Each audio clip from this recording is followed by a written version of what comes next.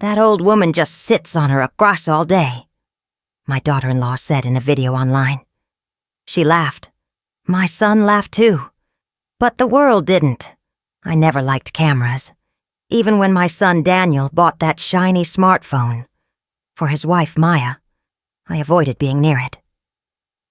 "It's just for fun, Mom," he'd said. But I had a strange feeling about that glowing screen. It showed everything, but it never told the truth. That day, I was sitting in my usual spot, the small wooden chair by the window. My knees hurt from the cold, so I wrapped a thin shawl around myself. The afternoon light was fading, and I was thinking of making tea. I didn't know Maya was recording me. Later, the neighbor's daughter came running, showing me her phone. "Aunt Helen, is this you?" she said, giggling. I took the phone, and there I was, sitting on that same chair, looking tired, blinking in the sunlight. And then Maya's voice came from behind the camera. "This old woman just sits on her all day, doing nothing. Living for free. Must be nice, huh?" Daniel laughed in the background. For a moment, I thought it was a joke. But then I saw the caption, "Your mother-in-law is your biggest expense. Hundreds of laughing emojis, thousands of views." And then the comments, "End her to an old home. Lazy women like her ruin families." "You're so funny, Maya." I sat there frozen. My tea boiled over in the kitchen, and I didn't even notice. That night, I didn't sleep. I heard Daniel and Maya laughing in their room. The blue glow from their phones flickered through the hallway. I could hear the notification sounds. Pings, laughs, hearts. Every ping was another person mocking me. When Daniel came out for water, I called him softly, "Daniel." He looked at me, impatient. "Yeah, Mom." I hesitated. "Why did you let her post that video?" He rolled his eyes. "It's not a big deal, Mom. People joke online. Don't take it so seriously." I wanted to tell him how much it hurt, but the words stuck in my throat. When he left, I stared at the family photo on the wall, the one where Daniel was just a little boy, holding my hand on his first day of school. He used to say, "Mom, I'll never let you be alone." Now he barely noticed when I cried. The next morning, I walked to the small park near our house. Some women were whispering near the benches. When I passed, they stopped talking. One of them muttered, "That's her. The lazy one from the video." My knees felt weak. I sat down and stared at the ground. I had lived my whole life with dignity. I worked 2 jobs after my husband died. I raised Daniel alone. I never asked anyone for help. And now, the whole world thought I was a burden. That evening, I called my old friend, Mrs. Carter. She was in her late 70s, living alone too. When she picked up, I tried to sound normal, but my voice cracked. "Martha," I whispered, "people are laughing at me. My daughter-in-law, she posted a video." Martha sighed. "Helen, don't cry. These young ones don't understand what they're doing. But listen to me. The internet is powerful. Sometimes it destroys. Sometimes it saves." I didn't understand what she meant then, but her words would prove true later. The next day, I received a message from an unknown number. It said, "Mrs. Helen, I saw the video. I want to talk to you, if you're okay with that. I'm from the Morning Herald. I think people need to hear your side." It was a journalist. I stared at the screen for a long time. Should I reply? Should I hide? I thought of all the people laughing, calling me lazy, worthless. And then, I thought of the truth. The truth no one knew.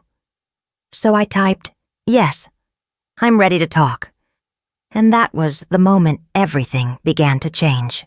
When I agreed to talk to the journalist, I didn't expect anyone to care. After all, who listens to old women anymore? Her name was Emily Carter, a young reporter with kind eyes and a soft voice that reminded me of my son's teacher from long ago. She came to our small house one rainy afternoon. Maya wasn't home, and Daniel was at work. I had made tea, though my hands trembled slightly when I poured it. Emily smiled. "Thank you, Mrs. Helen. I saw the video. I hope you're okay talking about it?" I nodded slowly. "It's all right, dear. People have been talking about me anyway." She turned on her recorder, but her tone stayed gentle. "I'd just like to understand. What's your side of the story?" I took a deep breath. For the first time, I decided not to hide my life behind polite smiles. "I wasn't always like this," I began. "I worked for 35 years, 2 jobs, a cleaner in the mornings, a hospital assistant at night. I raised Daniel alone after my husband passed in an accident. I made sure he got to college, that he had everything I never did." My voice cracked. Emily listened quietly, her pen moving quickly on her notepad. "I sold my jewelry for his tuition, skipped meals so he could have books. And now—" I stopped, my throat tight. "Now he lets his wife call me useless." Tears slipped down my cheeks before I could stop them. Emily handed me a tissue, saying softly, "You don't have to be strong right now, Mrs. Helen. You've already been strong your whole life." Those words hit me harder than she knew. She asked if she could include photos or memories from my past. I brought an old photo album from my cupboard. Faded edges, yellow pages. There was Daniel at 6, holding a toy car. Daniel in his graduation robe. Daniel smiling next to me at his wedding. Emily looked at them with care. "May I take a few pictures? The world should see this version of you. The woman who built a life for her son." I nodded again. I didn't know then how powerful that would become. 3 days later, the article came out. She was called lazy by her own family, until the world learned who she really was. The story spread faster than the original video. People shared it everywhere. Facebook, Twitter, Instagram. Thousands of comments flooded in. This broke my heart. "Shame on that family. Helen, you're stronger than they'll ever be." Within a day, my old dusty phone wouldn't stop buzzing. Neighbors came knocking, some brought flowers. Others just hugged me and whispered, "You didn't deserve that." And then, the news crews started showing up. Daniel came home furious. "Mom, what did you do? Why are people calling me at work?" I stood my ground. "I told them the truth, Daniel. You laughed when your wife mocked me. Now the world knows." He ran his fingers through his hair, pacing. "You're making us look bad." I looked him in the eye. "No, son. You did that yourself." Meanwhile, Maya's social media followers turned against her. The same people who had once laughed with her now filled her comment section with disgust. "You mocked the woman who raised your husband. Yo, you owe her an apology. How heartless can you be?" Maya tried to post a clarification video. In it, she said with teary eyes, "I didn't mean to hurt anyone. It was just a joke." But no one believed her. The world had seen enough jokes like that. She deleted all her videos within a week. Brands stopped sponsoring her. Even her friends stopped responding to her calls. Daniel withdrew from everyone, ashamed and angry. One quiet evening, about 2 weeks later, Daniel knocked on my door. He looked tired, older somehow. "Mom," he said softly. "Can we talk?" I nodded. He sat beside me on the old couch. "I didn't realize what we did," he said, voice trembling. "I thought it was harmless. But seeing how people reacted, how much you went through, I'm sorry." For the first time in years, I saw tears in his eyes. "I just wanted you to respect me," I whispered. "Not to make me a joke." He held my hand. "I know. And I failed you. I really did. Then he looked down. Maya left for her mother's place. She can't handle the hate anymore. I didn't say anything. I wasn't happy she was gone. I just felt empty. A few weeks later, Emily visited again. Her article had been nominated for a local journalism award. She wanted to thank me for trusting her. I should be the one thanking you, I said, smiling faintly. You gave me back my voice, she laughed softly. Actually, Mrs. Helen, people are asking to hear more from you. About your life, about how older women survive in this modern world. Would you consider writing? I blinked. Writing. Me? Why not? She said. You've lived stories that deserve to be told. That night I took out an old notebook and started to write. The words came slowly at first, shaky, uneven. But soon they began to flow. I wrote about raising a child alone, about fear, love, disappointment, about laughter that turns to silence, about being mocked and still standing tall. Months passed. My short writings started getting shared online. People called them Letters from Helen. Someone from a local radio station invited me for an interview. Then a talk show. The same internet that had once humiliated me now applauded me. Daniel came to one of my talks quietly and sat in the back row. When I finished, I saw him clapping. Really clapping. Afterward, he hugged me tightly. Mom, I'm proud of you. And for the first time in years, I believed him. When I got home that evening, I sat in the same chair, the one from the viral video. The sunset glowed through the window. I sipped my tea and smiled. People online had given me many names. Lazy grandma, strong woman, survivor.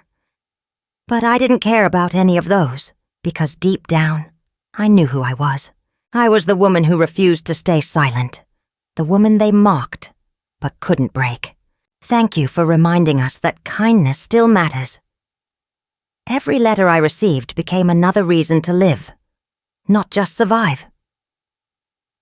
One cold November evening, while I was sipping tea and reading fan mail, I heard a soft knock at the door. When I opened it, Maya stood there. Her hair was shorter now, her face pale. She looked nothing like the glamorous woman from her online videos. For a long moment, we just stared at each other. "Can I come in?" she asked quietly. I stepped aside. "Of course." She sat at the edge of the couch, fidgeting with her scarf. "I've been wanting to talk for months," she said, "but I didn't know how." I stayed silent, waiting. Finally, she looked up, tears in her eyes. "I'm sorry, Helen, for everything, for the video, for the words, for the shame I caused," her voice cracked. "When the world turned on me, I realized what I did to you. I lost everything, my job, my friends, even Daniel for a while. But I think maybe I needed to." For a moment, I felt the old pain rise again. The humiliation, the laughter, the betrayal. But then I remembered Emily's words. Sometimes the internet destroys. Sometimes it saves. I took a deep breath and said, "I forgive you, Maya. Not because what you did was small, but because I refused to let it define me anymore." She broke down crying. I held her hand, that night, for the first time. I saw her not as the woman who mocked me, but as the girl who'd lost her way. Daniel came home later that night, when he saw Maya and me sitting together. His eyes widened. You're talking?" Maya wiped her eyes. "Your mom forgave me." Daniel turned to me, speechless. "Mom, after everything?" I smiled faintly. "She's still your wife, Daniel. You both just needed to grow up." He hugged me tightly. Something he hadn't done in years. "Thank you," he whispered. Months later, I received a call from Emily again. Her voice was excited. "Helen, you won't believe this. Your book's being translated into 8 languages. You're going international." I laughed. "Oh dear. Me international?" "Yes," she said. "And a documentary team from London wants to make a film about your story." I didn't know what to say. The world that had once mocked me now wanted to hear me. When the documentary was released, The Woman They Mocked, the truth behind the viral video, it became an instant hit. In the film, I revisited the same park where I'd once been whispered about. I sat on the same bench, under the same sky, but everything felt different. "I used to think silence was strength," I said in the interview. "But silence can also be surrender. Sometimes speaking up is the only way to survive." When the documentary aired, I received thousands of messages from all around the world, from India, Brazil, Japan, Pakistan, and the UK. Strangers telling me how my story reminded them of their mothers or grandmothers. The comments weren't cruel anymore. They were full of love. But behind all that success, there was still one truth I'd never spoken about. Not even to Emily. One night while I was writing my next book, I looked through an old box of letters. Inside was a torn envelope, addressed to me, but never opened. It was from my late husband, written the day he died. My hands shook as I read the faded ink. "Helen, if you're reading this, I want you to know I'm proud of you. You've always been the strongest person I know. No matter what life throws at you, you'll turn it into light." I sat there crying silently, realizing that even after all these years, he had been right. A few months later, I stood on stage at a book award ceremony. The announcer's voice echoed through the hall. "The Lifetime Inspiration Award goes to Mrs. Helen Parker, author of The Woman They Mocked." The audience rose in applause. When I took the trophy, I didn't think of revenge or validation. I thought of peace. Because sometimes, life doesn't give you justice. It gives you understanding. That's enough. Months later, I published one last piece online, a letter titled, "To Every Child Who Has a Mother." Don't wait until the world tells you to value her. Don't let her grow old believing she's a burden, because someday you'll wish you could hear her voice again, and it'll only echo in memory. The letter went viral across the world. It was translated, quoted, printed on posters. But for me, it wasn't fame anymore. It was closure. That night, as the rain tapped gently against the window, I sat in the same chair, the one where it all began. I looked out, smiled softly and whispered, "See, dear, you were right. I did turn it into light." The house was silent, but somehow I could feel him there, proud, peaceful, and smiling back. Fame had made my life louder, but my heart quieter. A year after my second book release, Letters from Helen, I thought my story was complete. I had found peace, forgiveness, and even a little joy in the chaos of my old age. But peace, I've learned, never lasts forever. It was a quiet Tuesday morning when the mailman knocked. "Got something special for you, Mrs. Parker," he said with a smile. "Looks old. Real old." "Got something special for you, Mrs. Parker," he said with a smile. "Looks old. Real old." The envelope was yellowed, the edges soft with time. The postmark had faded. The handwriting, firm, familiar, made my breath catch. It wasn't my husband's. It was Michael's. Michael Thompson. The name alone brought back 1,000 memories I had tried to forget. Before I met my late husband, Michael was my first love. We were both 19, working at the same diner on the east side of town. He was charming, full of dreams, and always talked about seeing the world. But when his father fell ill, He had to leave suddenly. No goodbye, no promise, no letter. I moved on. Life doesn't wait for anyone. Years later, I met Robert, the man who became my husband, Daniel's father. We built a life from nothing, and I buried Michael in my memories, until today. I sat down on the couch, heart trembling, and opened the letter. Because Daniel was born a few months after Michael left, and though Robert had always treated him as his own, he had never known the truth. For 2 days I couldn't eat or sleep. The letter stayed on my bedside table staring at me like a ghost. I had buried this truth decades ago, thinking no one would ever know. But now it was asking to be seen. I didn't want to destroy the peace Daniel had finally found, but I also couldn't die with a lie. That evening I called Emily, the journalist who had once saved my voice. "Emily," I said softly, "I need your advice." When she arrived, I handed her the letter. She read it carefully, her eyes widening. "Mrs. Parker, does this mean—" I nodded slowly. "Yes. Michael was Daniel's real father. Robert knew, but he never told Daniel. He loved him too much to make him feel different." Emily looked at me with compassion. "Do you want him to know?" I stared out the window. "I don't know, but I think it's time." That night I called Daniel over for dinner. He came with Maya, both smiling gently. They looked happier now, calmer, more grounded. Over dinner I could barely taste the food. My hands trembled around the cup of tea. "Daniel," I began, voice trembling. "There's something I need to tell you. Something I should have told you long ago." I slid the letter across the table. He picked it up, read silently. His eyes widened with every line. When he finished, he looked up, stunned. "What? What is this supposed to mean?" I swallowed hard.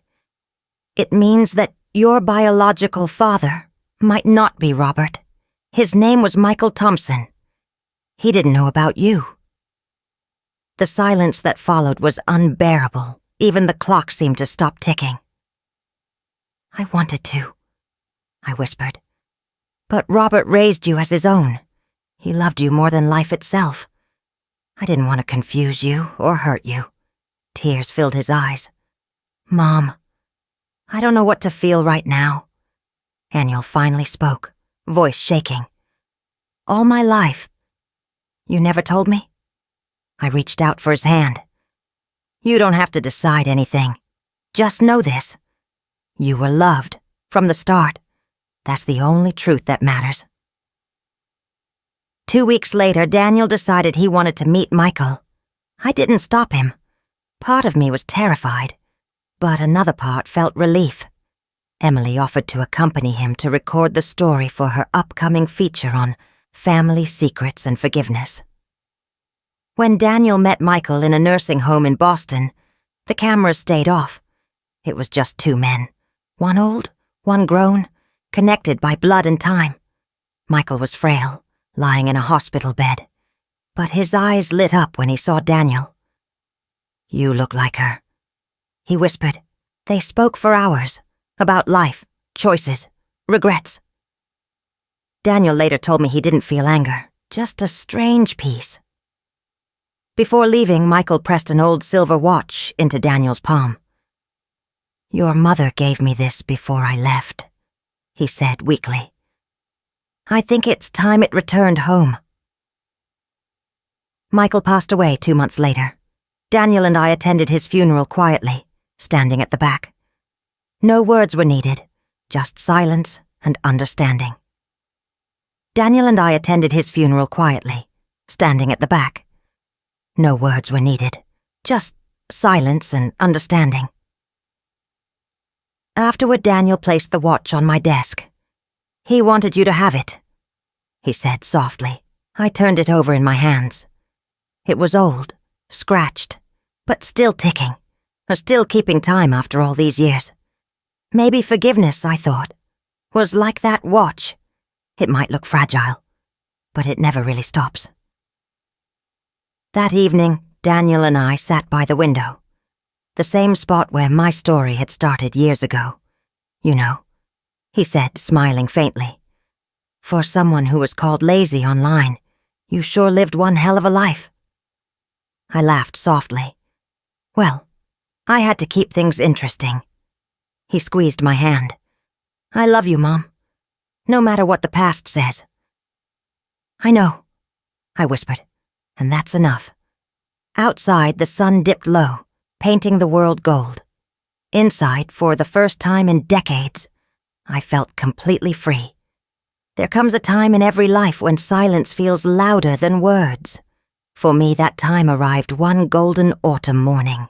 I was sitting by the same window where it had all begun.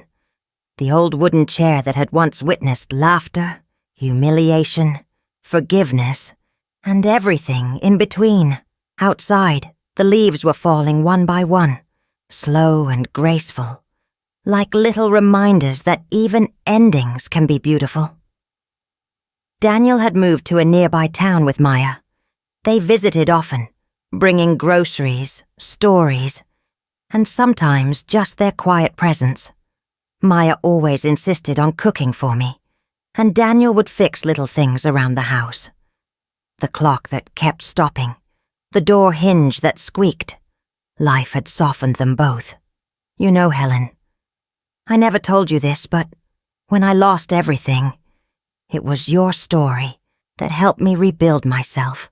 I smiled. Then it all came full circle, didn't it? She nodded, eyes glistening. I think we both needed to break to understand each other. My publisher had asked me to write one last book, not about pain, not about forgiveness, but about hope. At first, I didn't know what to say, but then one morning I realized I didn't need to say anything new. I just needed to leave behind something true. So I began to write, Letters for Tomorrow. It wasn't a memoir. It was a collection of letters, one for every kind of person I had met through my journey. To the children who forget their parents, to the women who are silenced by shame, to the ones who think forgiveness makes you weak, to the people who mock without knowing the story. Each letter began with the same line. Dear heart, you are not forgotten. It became the most personal thing I had ever written. When I finished the book, I placed one sealed envelope inside, addressed to Daniel. It wasn't meant to be published. It was meant to be found. The letter said, My dear son, if you're reading this, it means my chair by the window is finally empty. Don't be sad. I had the life I never thought I would, full of lessons, pain, and love. I know you struggle to understand me, and that's okay. Children are not meant to understand their parents right away. That comes with time. You are my greatest story, Daniel. No book, no award, no fame compares to the day I first held you.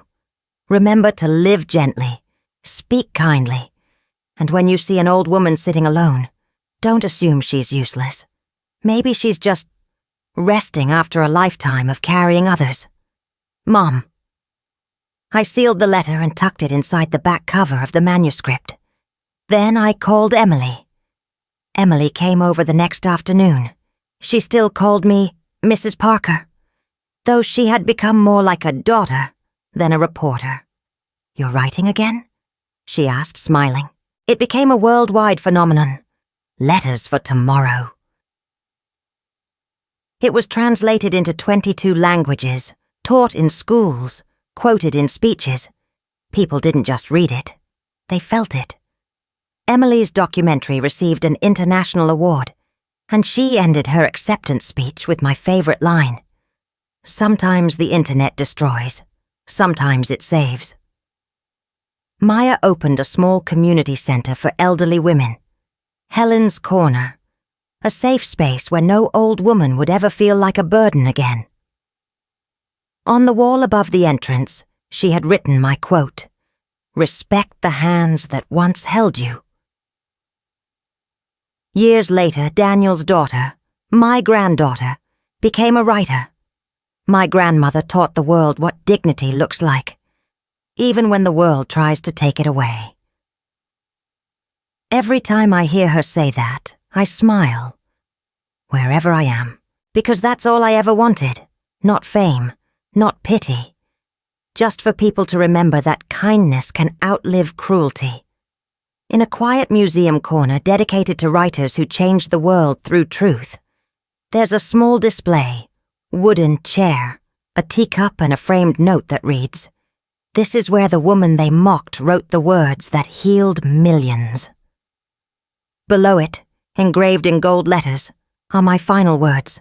Be kind. You never know whose story you're laughing at.